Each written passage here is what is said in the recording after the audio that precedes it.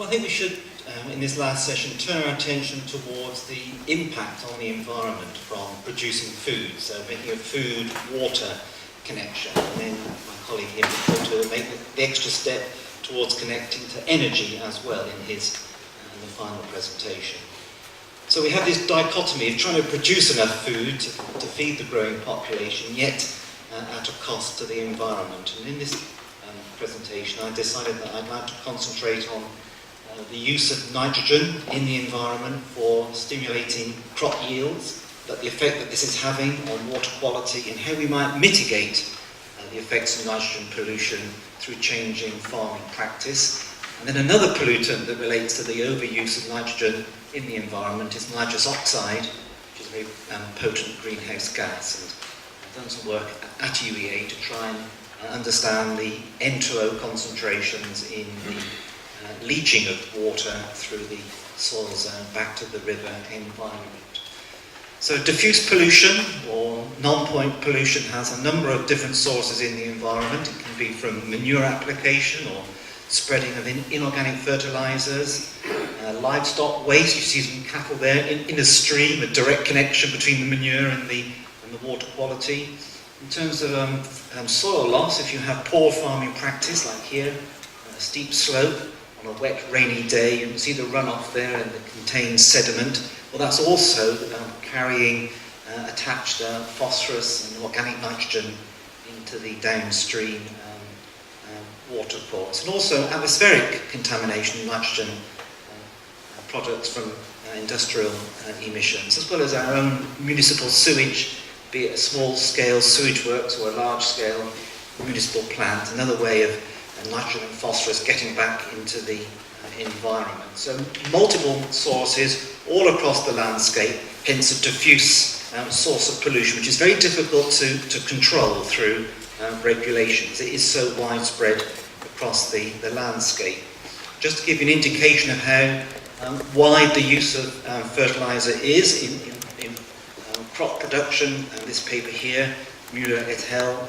Shows the nitrogen fertilizer application rate in the major cereal crops in the world, that being maize, wheat and rice. You can see the main crop growing areas there, East Asia, in Europe, in North America. Indeed, this paper was presented as an example of where we could use even more fertilizer in those parts of the world where there's currently less crop yield. So all across Africa there, you see the limitation on crop yield is through low use of fertilizer applications. When I look at that map, I see immediately those same areas being where we have the main problems with water quality.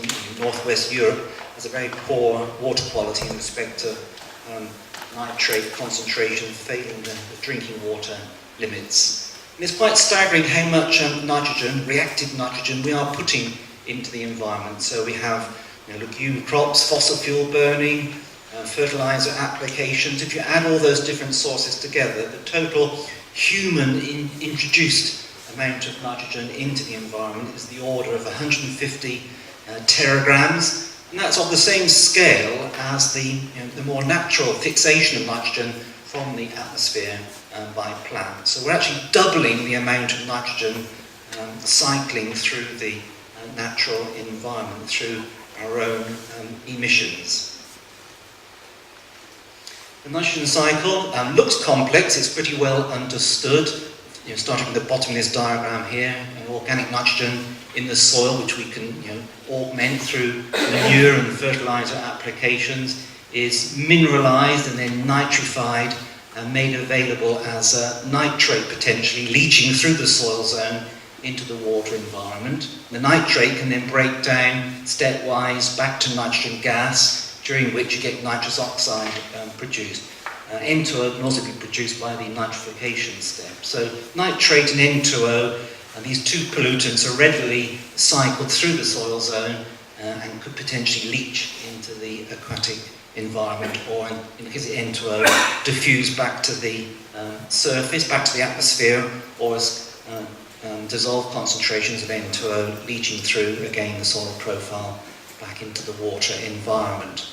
So what's the problem then with nitrogen getting into the water environment. So here just a little sketch just to represent the over-fertilisation of the water course, excess nitrogen, phosphorus, potassium into the river there, promoting algal growth, and that leads to less transparent water.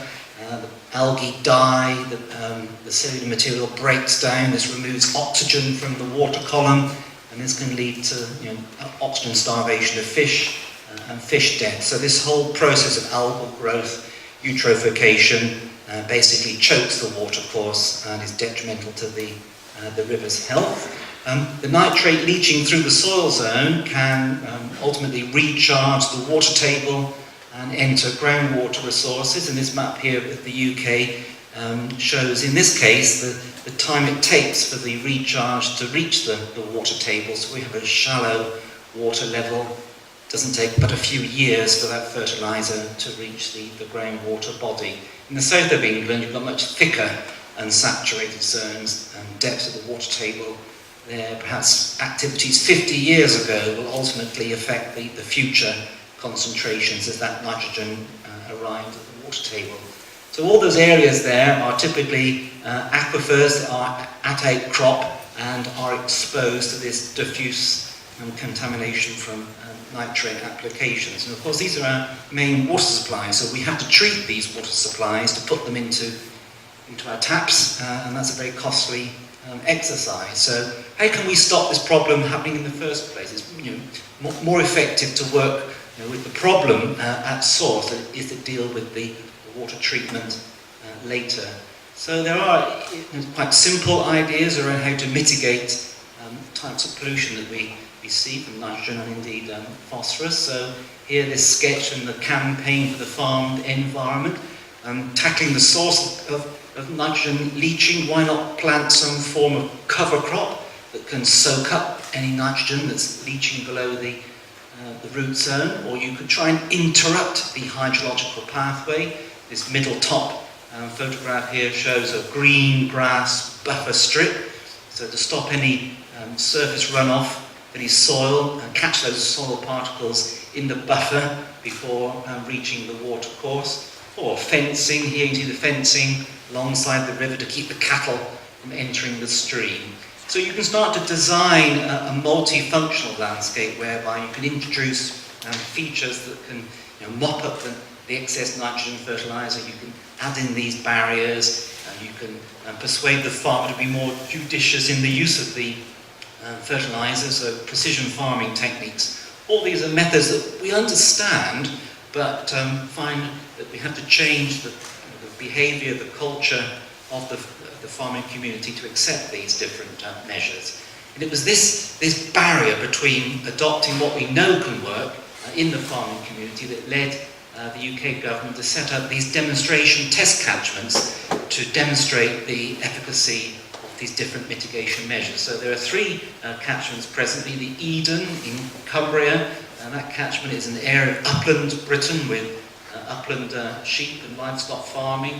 The Wensum, which is the one that at UEA we're responsible for, that's a typical arable catchment with wheat and barley grown across the landscape. And in the Hampshire Avon, in the south of England, a more mixed agricultural landscape with cereal and livestock farming. Different climates, different soil types, different geologies. So the three catchments together give a good spread of the farming types that you find in the UK. And our challenge was to work on commercial farms in practice with the farmer. Can we find cost-effective ways of reducing the fertiliser pollution, yet maintain food production capacity? So can we have a better environment, but at the same time a prosperous farm economy? So this was back in 2010 then, when we were given this opportunity to set up a test catchment. We chose the Wensum, the northeastern part, that red area in that top right-hand panel shows the Blackwater catchment. We have good farmer engagement there. One particular farmer who's very enlightened about future ways of farming the land to provide environmental protection. So we worked and still continue to work with him in the Blackwater, and we set about installing a number of in-field bits of apparatus, kiosks, for measuring water quality. We also installed porous pots in the fields to measure the soil water quality. And we also took advantage of the under drainage in this area. It's a fairly heavy clay loam soil, quite a lot of pipes in the ground to manage the land drainage. So the red triangles that you can see along the length of the stream channel there, they're the outfalls from the field drain. So we had a number of kiosks along the stream course, these porous pots and these drains as our sampling locations.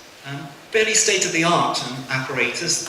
We have a colorimeter for phosphorus analysis, we have an optical probe for the nitrate analysis, all controlled by a telemetry system, and also a multi-level or multi-parameter sonde for measuring different stream water characteristics like pH and dissolved oxygen, electrical conductivity content. So all this can be driven remotely over the internet. And the ability for us to obtain high-frequency data every 30 minutes, these kiosks are sampling the water quality. They've been doing so since April in 2011. This 30-minute resolution has helped us understand the relationship between the farming practice and the type of runoff response. So here is a storm event, well, a period of wet days between the 20th and 28th of May in 2014. 86 millimetres of rainfall, which was unusually wet for that time of year.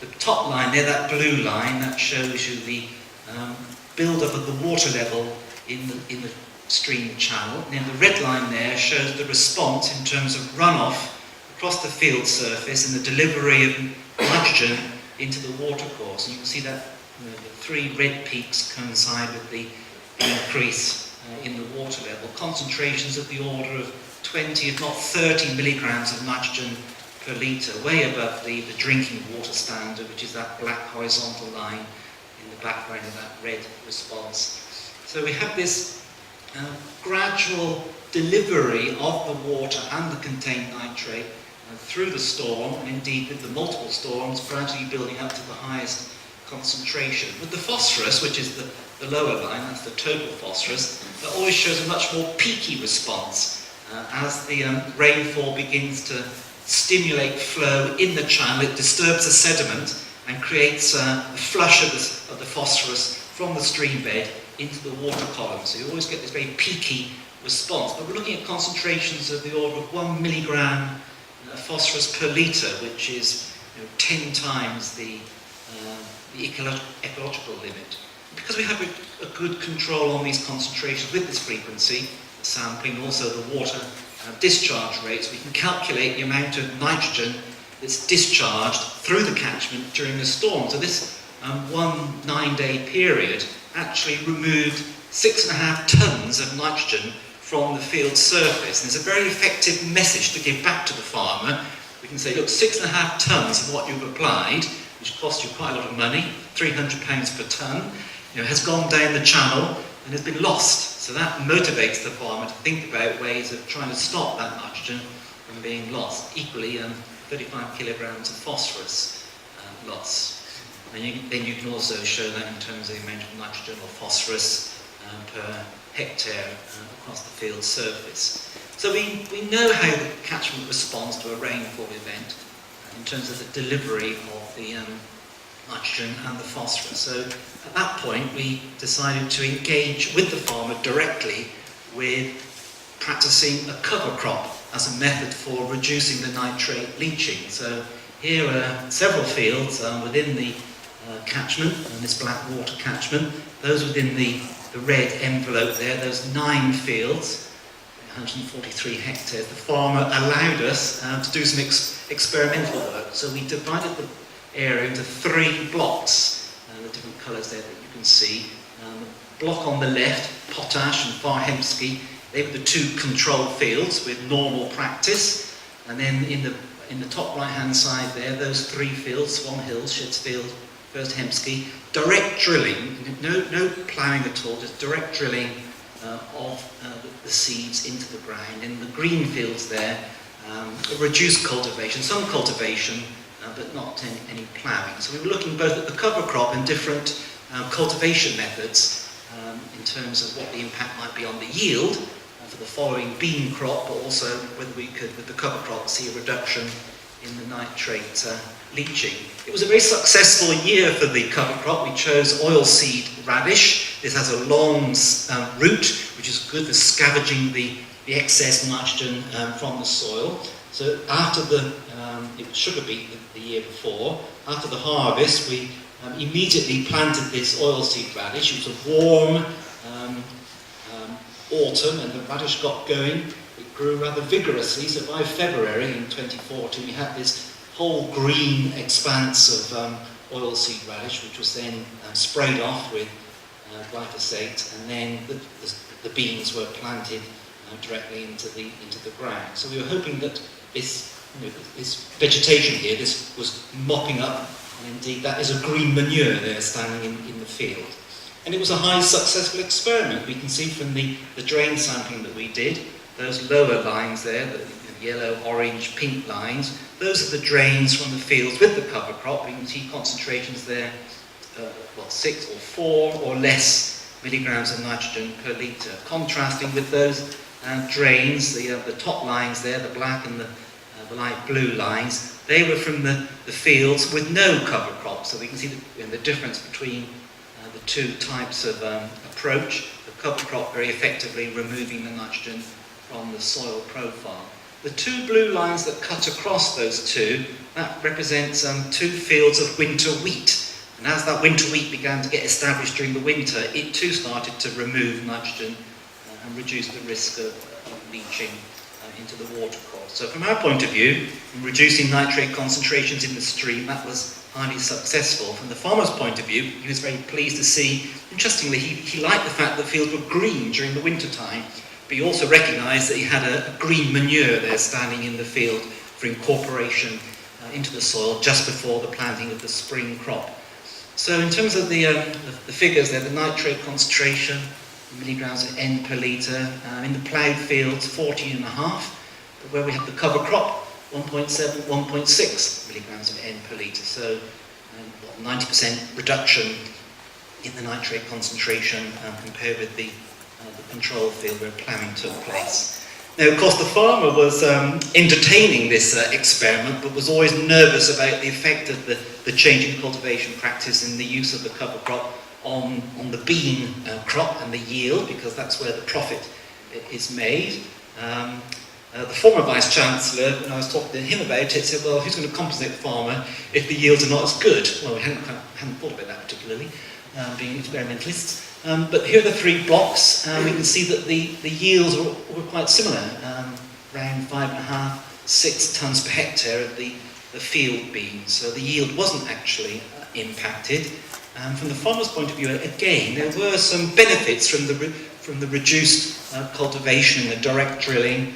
And when you move away from ploughing the soil is a very heavy business, consumes a lot of energy. So the less ploughing you can do, the energy savings are gained. And the farm manager there helpfully listed the different costs of the different applications and methods that were used to cultivate the beans, following the cover crop, and indeed actually growing the cover crop in the first place. And the margin, the bottom line for the farmer was that compared with block J, which is the control, the 2 blocks of the cover crop, L and P, the margins were very similar. So in fact the farm business was very similar, and no impact in terms of yields and profits, but did benefit from the reduced nitrate in the stream runoff. So this work continues. We hope to monitor the whole 7-year rotation, and this shows all our data. The continuous blue line there is from the monitoring kiosk. The red spots are from the grab sampling that we do weekly to measure back in the laboratory. Our success would be if we could get these nitrate concentrations below the EU Water Framework Directive standard here, 11.3 milligrams of N per litre, and it seems that the peaks were worse earlier in the period. We still get the odd winter peak, but generally the peaks seem to be getting a bit lower. Maybe the baseline is also getting a bit lower. If we can actually demonstrate over time the baseline has actually decreased, that would be some indication of the continuation of these methods. Indeed, the key experiment for us will be when the sugar beet is grown in year 7, because sugar beet, in the winter before that crop, the fields are bare, and that gives us another opportunity to practice with the cover crop. Now, the other part of this story is the nitrous oxide pollutant. So I'm sure you've heard of N2O, nitrous oxide, as a greenhouse gas, gradually increasing in concentration in the atmosphere. Well, up by about 9.4% since pre-industrial times, increasing by about 0.2% each year. And the main source for this increase is indeed from human activity involving agriculture. About 80% of the explanation of the increased N2O in the global atmosphere is from agricultural inputs. Now, I've said here that rivers contribute about 10% of anthropogenic emissions relating to this runoff of nitrogen and contained N2O in the water into our stream systems, but that is very uncertain, that number, here quoting a particular paper. It's the uncertainty over these emissions that go through the pathway from the soil surface through the soil horizon, back into the river, or back into the groundwater and back into the river. Those indirect pathways are very, very uncertain. So as part of this work in North Norfolk and close to UEA, we've been also measuring the N2O to understand that better in terms of the emission. So just to remind you, N2O being generated by either nitrification or denitrification within the soil profile as water is leaking or leaching through the soil profile in response to rainfall. And this work all hinges on this emission factor 5, which is used in the IPCC 2006 methodology. So every country is reporting to the UN its national greenhouse budgets, its inventories. And with respect to the indirect pathway of N2O, a single emission factor, EF5, is used for the whole country scale. So it's a very coarse way of calculating what is a very uncertain part of the national greenhouse budgets. And presently, under the IPCC methodology, EF5 is broken down into a groundwater pathway, surface drainage pathway, and an estuarine pathway, and it's given a number of 0.0025, or 2.5 grams of N2O produced for every kilogram of nitrogen applied into agriculture. But it is a major source of uncertainty, so we've been looking in our research to try and put a handle better on these EF5 emission factors. So you can calculate it in one of two ways. If you've got very good farm business data and you know exactly what's going in, and you can apply a fraction leaching of that amount of application, and you can measure the nitrogen as N2O as it leaves the catchment, you can balance the inputs with the outputs. But to have that sort of detailed farm business information is a little rare. We can do it in our own Wensum catchment study, but most studies that have been reported, or the few that are reported, calculate the emission factor simply by comparing the concentration of N2O in the water with the nitrate concentration in the water, and that gives you the ratio or the emission factor. So we set about over a 2.5-year period to visit 20 sites across the Wensum catchment, so that's to the north and northwest of Norwich. You can see there on the map. Those green points that identify the sampling locations. The black water, where we have our equipment, the red dots, they were also sampled for N2O during this period. And we saw this in this scattered diagram here, the ratio between nitrate and N2O. What struck us about this was the separation of those samples that were from sites where the limestone bedrock, the chalk, is near the surface, with those sites where the chalk, the bedrock, is covered by glacial sands and clays and gravel. So there's a natural attenuation within the parts of the catchment that have these overlying clays and silts to break down the N2O. But where you've got the exposed chalk aquifer, the groundwater is very prone to high N2O concentrations. And we can see then, in terms of the emission factors, this number that we're trying to improve upon, apart from some of the higher concentration locations, most of the emission factors are well below that IPCC value of 0.0025. We've got values here of 0.0005 or less. So this work in this catchment sample does seem to suggest that the IPCC value might need to be decreased. We also set about looking at N2O concentrations on a finer temporal resolution. So this is life for an environmental scientist. Standing in the ditch, collecting, you see how deep the drain channels are, those two pipes there, they're our sampling locations. So we wanted to look at the field drainage on a closer time scale and spatially to see what the N2O values were there.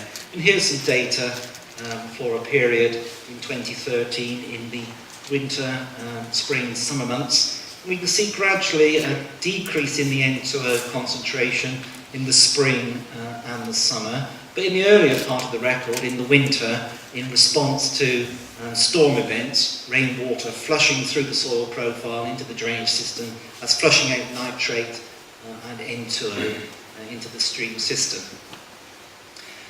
And the scatter plot here shows a very weak relationship between nitrate and N2O, but gradually, generally, if you've got more nitrate, you get more N2O. And I calculated emission factors here, comparing the concentrations of N2O and nitrate. Again, seems to suggest that the IPCC emission factor is a bit on the high side. I mean, we have 0.006 there, so that's a bit larger, but generally all these emission factor calculations were less than the IPCC. So from this work, we'll be continuing now for 6 years in the Wensum catchment, and with a focus on nitrate and N2O. I mean, we can clearly see that the agricultural practice is impacting the water quality in terms of more nitrate and nitrogen leaching into the stream watercourse. We try and capture excess nitrogen by growing cover crops, and that provides a green manure that can be then incorporated with the spring planting of, say, beans or sugar beet.